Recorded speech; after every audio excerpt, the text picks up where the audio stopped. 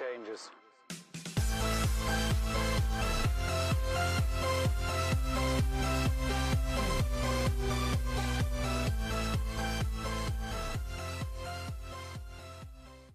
Hey, what's up everybody? Welcome into my channel, and I wanted to give a little update about Amazon. I had some people email me regarding the Amazon workers and the strike, the walkout, or call out, I guess it was a better word. If you hadn't heard, a employee in New York, I can't remember which building, it might have been the Bronx or the Queens, one of the locations at the warehouse in New York had tested positive for C19. And had apparently infected some other people. I think the number was 50 to 75 workers is what they were saying as far as testing positive out of the Amazon working crew up there in the warehouses in New York. So Amazon workers have long been complaining about bad work conditions or health concerns or whatever prior to C19, prior to all of this, right? So now fast forward to now, and it is getting worse. And so about 300 plus workers scheduled for today a walkout or a call out that they were going to participate in, and they did. They called out to demand better working conditions and protection. And so apparently the original worker, and I'll have to quote his name later, but he was fired for voicing concerns, or one of his other workers for voicing concerns over the protection and the C19 and the working conditions. And so that in itself is another problem. It's one thing to have bad working conditions. That's, you know, something the company has to work on and fix.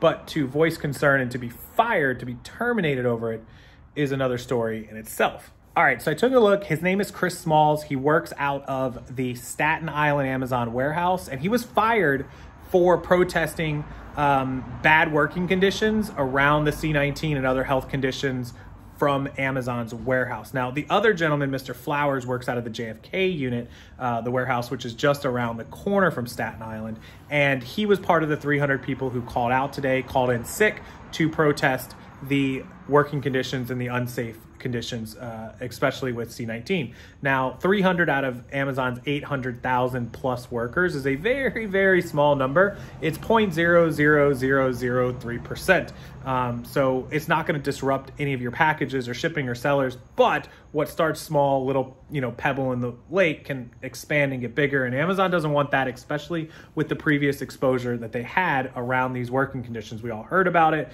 in other stories. It circulated. They had to urinate in bottles because they didn't have enough time to walk to the bathrooms. Amazon focused on that bottom line, just bang, bang, bang. That's how we get our packages 1 day, 2 day, 3 day, really fast. And so that's where Amazon stands right now.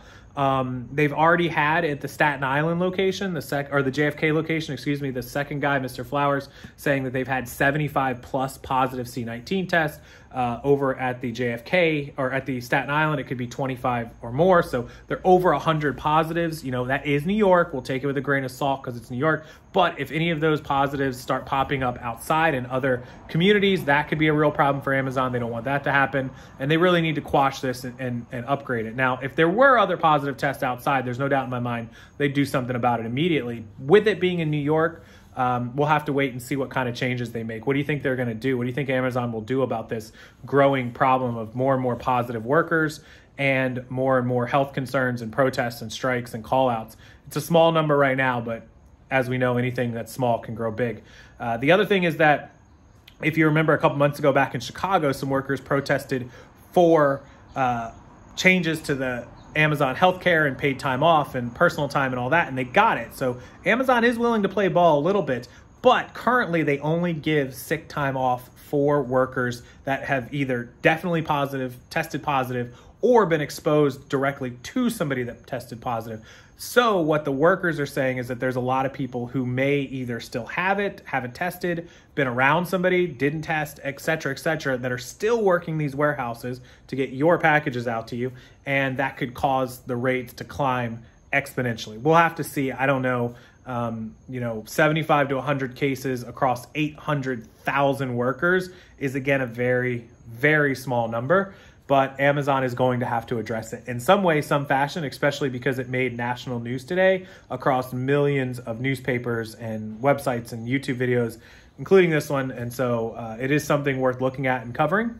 And I leave it to you guys. What's your opinion about how Amazon handles their healthcare workers, or their workers and their healthcare, the C-19 situation with their warehouses and workers? And also, if you are an Amazon warehouse worker, feel free to stay anonymous and comment down below and let us know your experience, what you've heard, what you've seen, what you've experienced directly. Have you been in, been out? How long have you been working there? Give us a little idea of what it's like inside of an Amazon warehouse as a worker. Please, I will keep you completely anonymous. You can email me, rockstarflipper@gmail.com, or just leave the comment below. I'd prefer you just left the comment below. It makes it easier on all of us. So I'll leave you guys with that. Thank you, as always, for watching. I appreciate it, and I'll see you guys in the next video.